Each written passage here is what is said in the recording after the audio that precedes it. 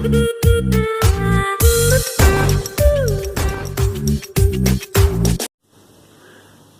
वालेकुम, सर शाहिद आपकी खिदमत में हाजिर हैं।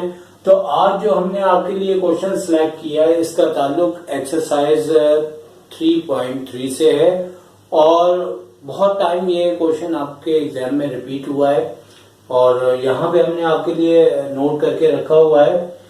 और 2001, 2006, 15 और 17 इन तमाम सालों के अंदर ये क्वेश्चन आया है और बुनियादी तौर पे इससे रिलेटेड क्वेश्चन और भी आते हैं, लेकिन ये बात हो रही है मोस्ट इम्पोर्टेंट क्वेश्चंस के हवाले से। और इस सिलसिले में हम अगर सारे क्वेश्चंस करवाएंगे तो बहुत ज्यादा टाइम लगेगा, तो यकीनी तौर पे हम सिर्फ उस क्वेश्चन को यहाँ से सिलेक्ट कर रहे हैं जो कि आपके एग्जाम में भी वो बहुत ज्यादा इम्पोर्टेंट हो। तो यहाँ पे सबसे पहले हमें यहाँ पे क्वेश्चन नंबर 1 है बुक के अंदर, उसमें कई पार्ट्स दिए हैं। आप अगर ये क्वेश्चन सही तरीके से सीख लेंगे तो यकीनी तौर पे वो सारे पार्ट्स आप लोग कर सकते हैं। और हमने जो बुक का क्वेश्चन है उसमें थोड़ा सा रद्दोबदल किया हुआ है और ये 2001 के अंदर आया हुआ था और वहां पे भी चेंजिंग के साथ आया था और इस चेंजिंग की वजह से जो आसान क्वेश्चन है ये उससे थोड़ा सा मुश्किल हो जाता है और एक बात इसके अंदर आ जाती है जो आपको समझ में आ जाएगी। तो यहाँ पे सबसे पहले हमें जो क्वेश्चन दिया है वो देख लेते हैं। इसमें हमें क्यूब रूट आपको फाइंड आउट करना है -27 का। तो -27 का जैसे ही क्यूब रूट फाइंड आउट करना है तो सबसे पहले आपने क्या करना है कि इस क्वेश्चन को लेट कर लेना है x क्यूब के इक्वल। तो यहाँ पे जैसे बुक में और भी क्वेश्चन दिए हुए हैं, 8 दिया है, -8 दिया है, 125 दिया है, बुक के अंदर एग्जाम्पल्स हैं वो भी दी हुई है। तो जो भी क्वेश्चन होगा x क्यूब के इक्वल इसे सपोज कर लेना है और -27 है और जब ये राइट हैंड साइड से लेफ्ट में जाएगा साइन चेंज कर लेगा और x क्यूब प्लस 27 हमारे पास एक फॉर्मूला अप्लाई हो रहा है। जो फॉर्मूला हमें यहाँ पे हमने लिख के बताया हुआ है उससे पहले हमने इन दोनों का क्यूब याद से ले लेना है और क्यूब लेने के बाद ये फॉर्मूला जब बताएंगे तो हमें मालूम हो जाएगा कि फॉर्मूले के अंदर जो a और b है वो बिला आखिर किसके इक्वल है। तो a जो है वो आपके पास x के इक्वल है, b आपके पास 3 के इक्वल है। तो ये फॉर्मूले की प्रोडक्ट साइड है और इस साइड के अंदर a की जगह अब हमारे पास x और b की जगह हमारे पास वो 3 लिख दिया जाएगा। और हमने ऐसे ही किया कि जहां a था x, जहां b था वहां 3 लिखते हुए और इसी तरह करली ब्रैकेट के अंदर जो फॉर्मूले का सेकंड ब्रैकेट है a की जगह x और b की जगह 3 लिखते हुए यहाँ पे स्क्वायर है, यहाँ पे भी स्क्वायर है और इक्वल टू के बाद 0 है। ये यहाँ से हमने लिखना है, यहाँ पे x की वैल्यू फाइंड आउट करनी है। तो हमारे पास ये हिस्सा ऐसे नीचे आ जाएगा। बड़े ब्रैकेट में कभी भी छोटा ब्रैकेट नहीं रहता है। इनके स्क्वायर लेने के बाद हमारे पास ये वैल्यूज आ गई और इक्वल टू 0 लिखा है। तो इस सूरत में हम दोनों ब्रैकेट को 0 के इक्वल ले लेंगे, इसको भी और इसको भी। और यहाँ से x की एक वैल्यू निकल आई जो कि हमारे पास +3 था, उधर जाके -3 हो गया। और याद रहे कि जिन बच्चों को मालूम है तो वेरी गुड और जिन्हें नहीं मालूम कि यहाँ पे क्वाड्रेटिक इक्वेशन बनी है। और याद रखें हमेशा कभी मिडल टर्म ब्रेक नहीं होती, हमेशा यहाँ पे क्वाड्रेटिक फॉर्मूला अप्लाई होता है।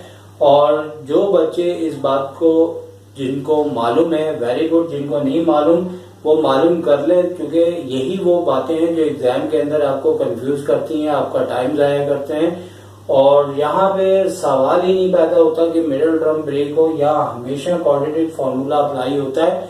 और जैसे कि इस क्वेश्चन के अंदर हमने जब आपको दिखाया था तो इसमें एक हिस्सा हमें प्रूव करके भी दिखाना था कि हमें अपना आंसर इस तरीके से लिख के लाना है, और वो भी बात हम इस क्वेश्चन में डिस्कस करेंगे। लेकिन जैसे ही हमने क्वाड्रेटिक फॉर्मूला अप्लाई किया तो हम मुख्तसर बात करें तो यार ABC की हमने वैल्यू जो है फॉर्मूले के अंदर रख दी है। और रखने के बाद जैसे हम क्लास 10 में करते थे और स्क्वायर आ रहा है, मल्टीप्लाई हो रहा है, करते करते हमारे पास 3 ± -36 में से 9 लेस की है, अपॉन में 2 है तो उस साइड जानिब चलते हैं तो -27 आ गए रूट के अंदर।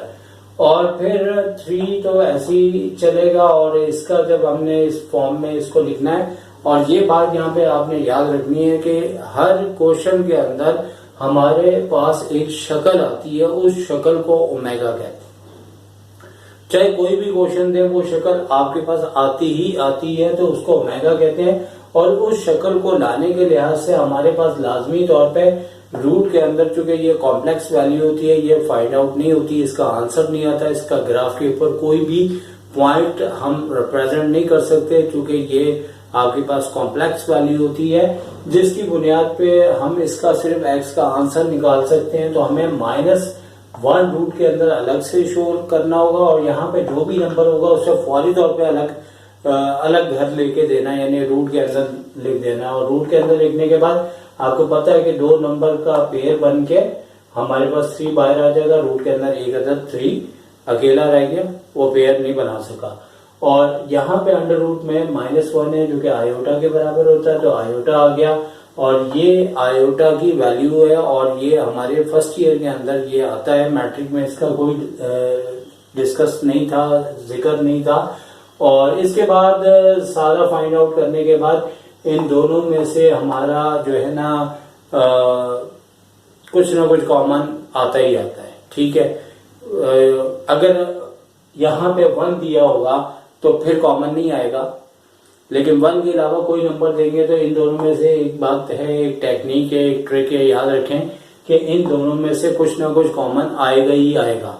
तो कॉमन यहाँ से 3 आ रहा है, और 3 आने के बाद एक बात जो आपको समझानी थी, शुरू में भी मैंने आपसे कहा था कि यहाँ पे पहली टर्म अगर नेगेटिव आती है तो कोई इशू नहीं है, काम आसान है और क्वेश्चन बहुत आसान है, और यहां से ही पता लग जाता है। अगर वैल्यू आपको प्लस में दे रहे हैं तो एक इशू है जो इस क्वेश्चन में अभी आपको मैं एक्सप्लेन करूंगा, वो इशू नहीं आया।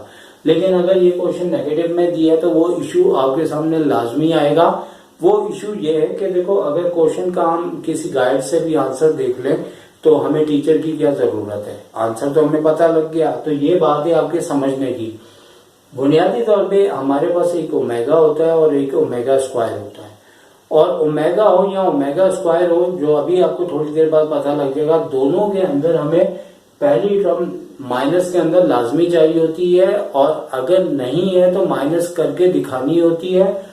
और जबकि यहाँ पे जब माइनस में देगा तो यहाँ पे हमेशा ये प्रॉब्लम आएगा कि हमारे पास यहाँ पे नंबर प्लस में आएगा, और फिर हमने जबरदस्ती इसके अंदर से नेगेटिव कॉमन लेना है।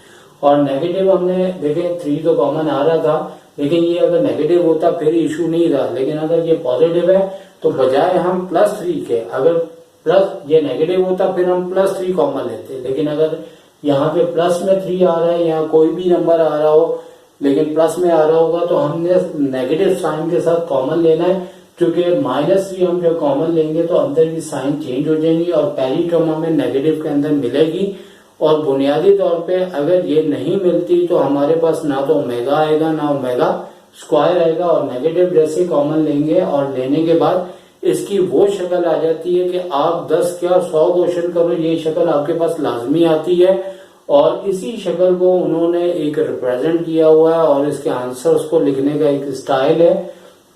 और उस बात से पहले मैं ये बता दूं कि हर क्वेश्चन जब भी आप फाइंड आउट करेंगे, इस 3 को अगर आप अलग से कर दें, यानी कि यहाँ छुपा दें, तो ये जो वैल्यू पड़ी जा रही है ना, ये हर क्यूब रूट में ये शक्ल आती है। और यही इस क्वेश्चन का कॉन्सेप्ट है कि जब हर क्वेश्चन में ये शक्ल आती है तो उन्होंने इस शक्ल का एक नाम ले लिया, क्योंकि जाहिर सी बात है जब हर क्वेश्चन में हर टॉपिक हमारे पास इस तरह से बने कि जब हम एक जैसा काम करते हैं और उसमें अगर एक जैसी चीज बार बार आती है तो वो हमारे मैथ्स के अंदर एक टॉपिक बना हुआ है, ठीक है ना। यानी कि अगर हम दुनिया के अंदर भी कोई काम करें, उसका कोई रिजल्ट ना आए, कोई चीज ना बने, और अगर बन भी जाती है तो दोबारा बनाते हैं तो वो बने ना, तो इसका मतलब है कि वो चीज कारामद नहीं है, वो हमारे लिए फायदेमंद नहीं है। लेकिन अगर कोई काम करने के बाद कोई चीज आ जाती है तो वो चीज फिर हम लोगों को सिखाएंगे कि भाई ऐसा करोगे तो ये चीज बन जाएगी, ऐसा करोगे तो। इसी तरह दुनिया की जितनी इजादात हैं वो सारी ऐसी ही हुई हैं। तो मैथ्स के अंदर भी ये टॉपिक इसी इजाद के ऊपर निकला था कि हमारे पास ये वैल्यू हमेशा सेम होती है। लेकिन एक बात नोट कर लो आप तमाम बच्चों कि अगर यहाँ से फर्स्ट करें बहुत सारे क्वेश्चन है, यहाँ से 2 कॉमन आ जाता है, बहुत सारे क्वेश्चन है 4 कॉमन आता है, तो आप इस नंबर को 2 अगर कॉमन आ रहा है 2 से काटने की कोशिश करते हैं।